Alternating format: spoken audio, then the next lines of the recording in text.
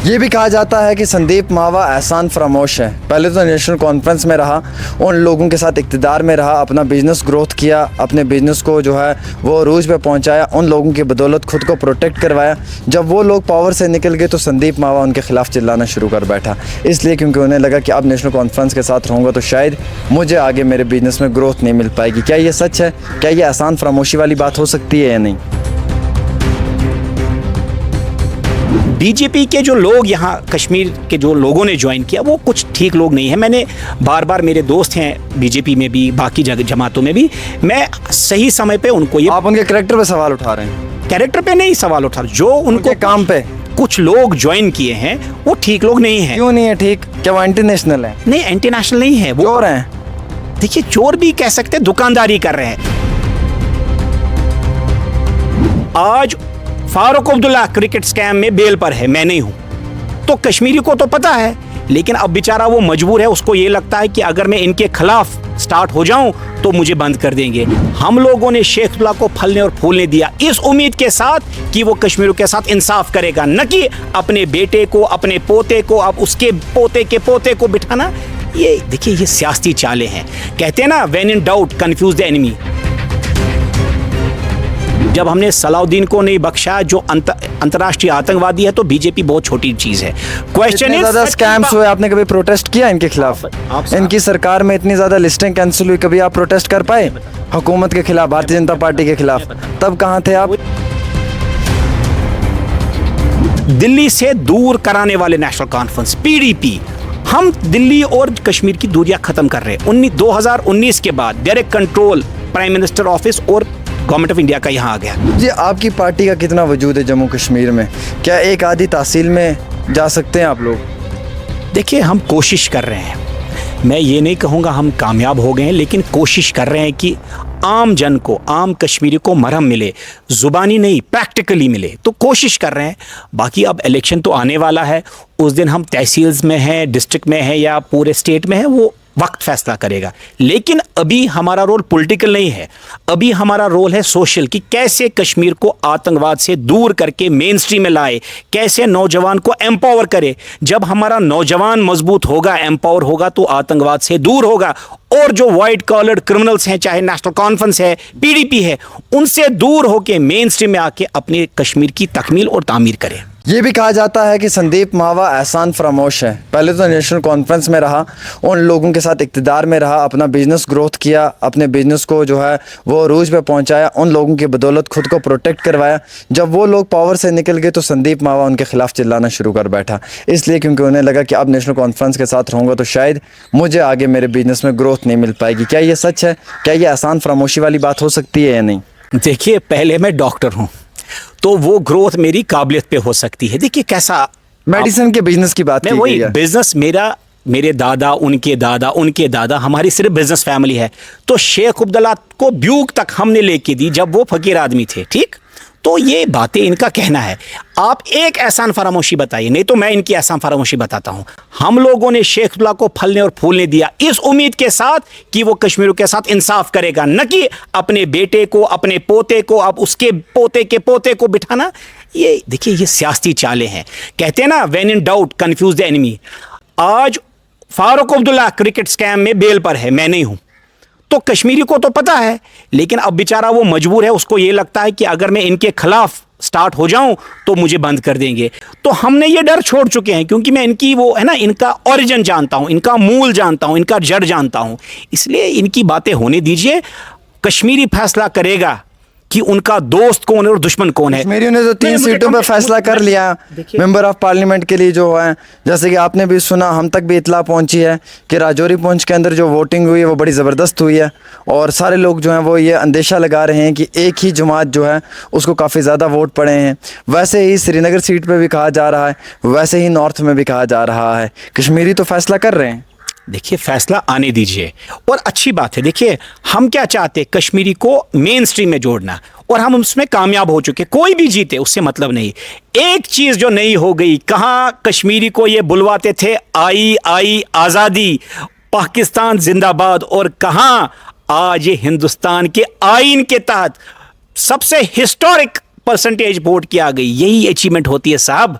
आज नौजवान पत्थरबाजी छोड़ के इलेक्टोरल पॉलिटिक्स में हिस्सा ले रहा है।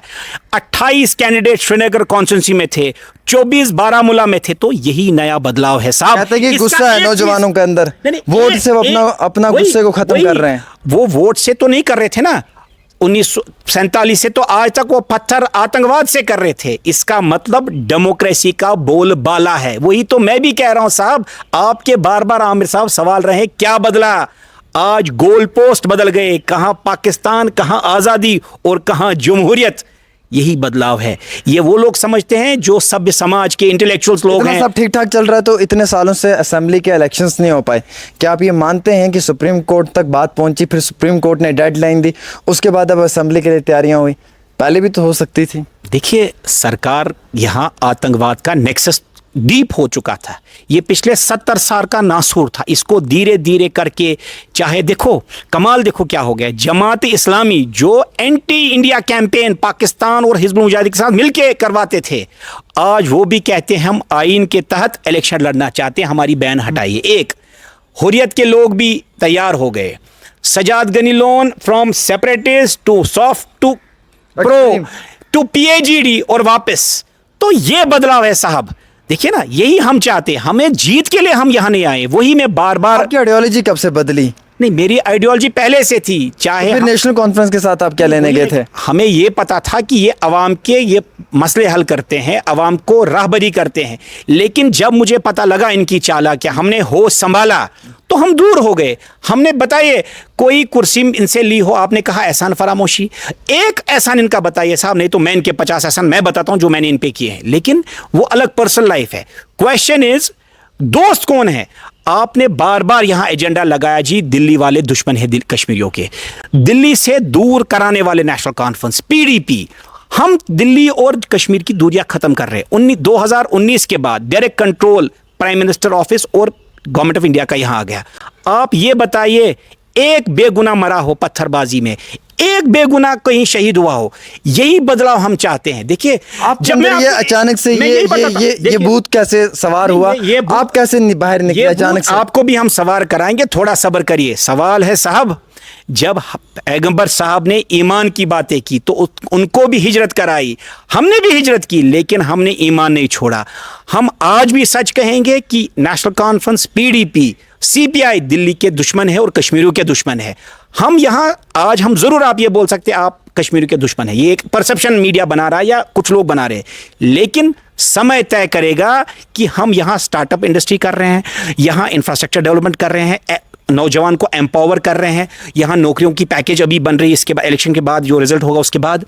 तो क्वेश्चन है, हम बंदूक नहीं। आप क्या बीजेपी के स्पोक्स पर्सन है? नहीं, बीजेपी का मैं स्पोक्समैन नहीं हूं। आप तो फिर उन्हें डिफेंड कर रहे हैं ना? नहीं, डिफेंड मैं सरकार को नहीं कर रहा हूं, मैं ये बता रहा हूं साहब, सारी बातें वही की हैं। नहीं, हमने बातें की जो सच्ची। बीजेपी ज्वाइन कर लें? नहीं, देखिए, बीजेपी या न बीजेपी की बात नहीं है। बात है अगर बीजेपी भी कोई गलती करता है साहब, हम बेबाकी से, जब हमने सलाउद्दीन को नहीं बख्शा जो अंतर्राष्ट्रीय आतंकवादी है, तो बीजेपी बहुत छोटी चीज है।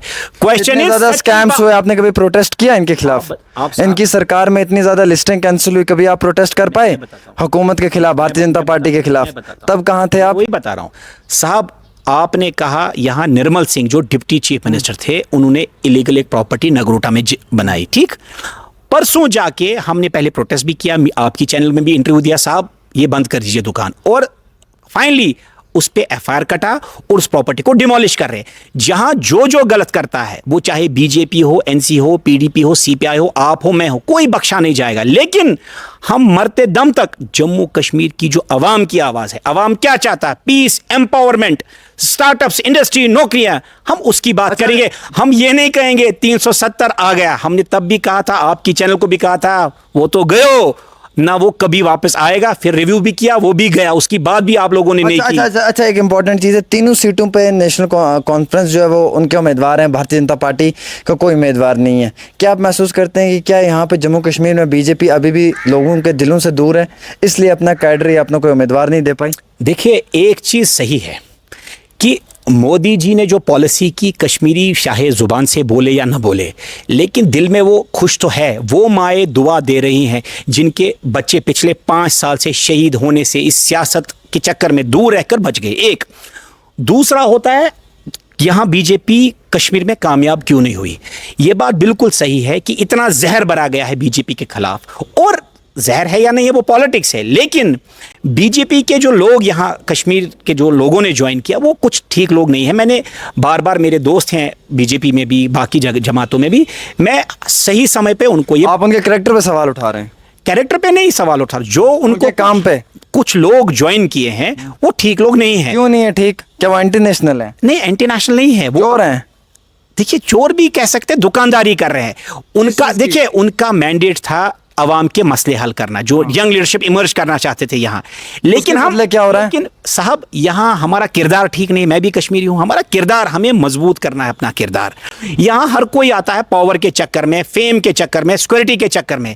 इस सब को छोड़ के अगर वो कश्मीरियों के मसले हल करे, कश्मीरी क्या चाहता है? स्टार्टअप स्टार्ट करना, छोटी छोटी रेडिया लगाना, कोई नौकरी करना, कोई इंडस्ट्री खोलना, ease of doing business improve होना चाहिए। आज भी इनको सताया जा रहा है थ्रू एडमिनिस्ट्रेशन, थ्रू ब्यूरोक्रेसी। वो लोग भी पिन पॉइंट हो जाएंगे। दिल्ली ने अपना टारगेट अचीव कर दिया, यहां पीस ला के आतंकवाद का धीरे धीरे नासूर खत्म करके आज हम खुली हवा में आतंकवाद के खिलाफ बात कर पा रहे हैं। ये दिल्ली की अचीवमेंट है। अब ब्यूरोक्रेसी को सपोर्ट करना चाहिए, यूथ को कैसे? ईज ऑफ डूइंग बिजनेस, कोई स्टार्टअप खड़ा करना चाहता, कोई कारोबार खड़ा करना चाहता, उसको टैक्टिकल सपोर्ट करना चाहिए। लेकिन अभी भी नासूर कुछ बैठे हैं जो नहीं चाहते हैं कि यहां अमन हो और मेरा जो नौजवान है मेन स्ट्रीम में आए, तो उनको भी निपटा जाएगा, लेकिन समय लगेगा थोड़ा। चलिए, बहुत शुक्रिया। हमारे साथ संदीप मावा जी थे जिन्होंने अपनी बात को सामने रखा है। आप लोग भी इनकी बात पे अमल कर सकते हैं या फिर इनकी बात का जवाब दे सकते हैं। दोनों चीज़ें आपके हाथ में हैं। ज़रूर अपनी राय दें और आप बताएं कि क्या ये सही कह रहे हैं या गलत कह रहे हैं। ये बात आपसे आना, आवाम तक जाना बहुत बड़ी बात है, और हम चाहते हैं कि ये बात बनकर हर एक इंसान तक पहुंचे, ताकि हर इंसान को ये समझ आ जाए कि सच्चाई क्या है और झूठ क्या है। एक छोटी सी रिपोर्ट आमिर सुहेल के साथ, वादी कश्मीर से।